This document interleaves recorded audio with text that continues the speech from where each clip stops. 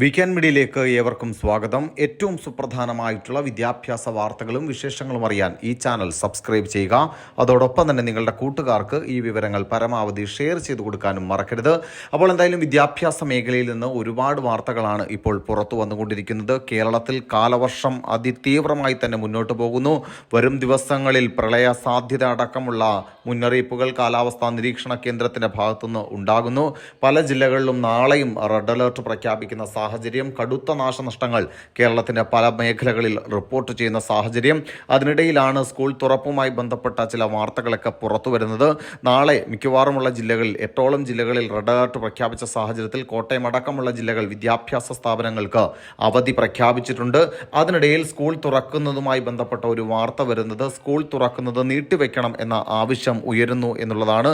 School തുറക്കുന്നത് നീട്ടിവെക്കണം എന്നാവശ്യപ്പെട്ടുകൊണ്ട് നമ്മളുടെ school management association, private school management association ഭാരവാഹികൾ രംഗത്തെത്തിയിരിക്കുന്നു എന്നുള്ള ഒരു വാർത്ത വിദ്യാഭ്യാസ മേഖലയിൽ നിന്ന് പുറത്തു വരുന്നുണ്ട്. കനത്ത മഴ തുടരുന്ന സാഹചര്യത്തിൽ ജൂൺ 2 സ്കൂൾ തുറക്കുന്നത് ഒഴിവാക്കണമെന്നും അത് നീട്ടിവെക്കണം എന്നുമാണ് അവരുടെ ആവശ്യം. അപ്പോൾ എന്തായാലും അതുമായി ബന്ധപ്പെട്ട് കൃത്യമായിട്ടുള്ള ഒരു അപ്ഡേറ്റ് ഇതുവരെ വന്നിട്ടില്ല.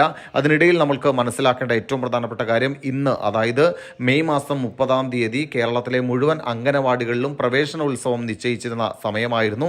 എന്നാൽ കേരളത്തിൽ ശക്തമായ മഴ തുടരുന്ന സാഹചര്യത്തിൽ അംഗനവാടികളിലെ പ്രവേശനോത്സവം മാറ്റിവെക്കുന്ന സാഹചര്യമുണ്ടായി. അപ്പോൾ എന്തായാലും സ്കൂൾ തുറപ്പുമായി ബന്ധപ്പെട്ട വാർത്തകൾ വളരെ പ്രധാനപ്പെട്ടത് തന്നെയാണ്. അതോടൊപ്പം തന്നെ +1 പരീക്ഷയുമായി ബന്ധപ്പെട്ട് +1 പരീക്ഷാ ഫലം ജൂൺ മാസം 2 സ്കൂൾ തുറക്കുന്ന ദിവസം 2 ഉച്ചയ്ക്ക് 1 മണിക്ക് പ്രസിദ്ധീകരിക്കും എന്ന വാർത്ത വിദ്യാഭ്യാസ മേഖലയിൽ നിന്ന് പുറത്തു വരുന്നുണ്ട്. അതോടൊപ്പം തന്നെ ജൂൺ 2 തന്നെ നമ്മുടെ +1 അലോട്ട്മെന്റുമായി ബന്ധപ്പെട്ട ഡേറ്റും ആ സമയത്ത് തന്നെ വരും എന്നുള്ളതാണ്. തിങ്കളാഴ്ച തന്നെ പ്രസിദ്ധീകരിക്കും 1ാം അലോട്ട്മെന്റ് എന്നുള്ള വാർത്തയും പുറത്തു വരുന്നുണ്ട്.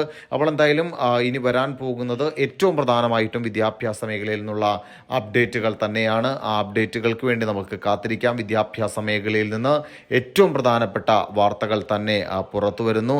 ആ വാർത്തകൾക്ക് വേണ്ടി വീക്കെൻഡ് മീഡിയ സബ്സ്ക്രൈബ് ചെയ്യുക, ഫോളോ ചെയ്യുക. ബൈ.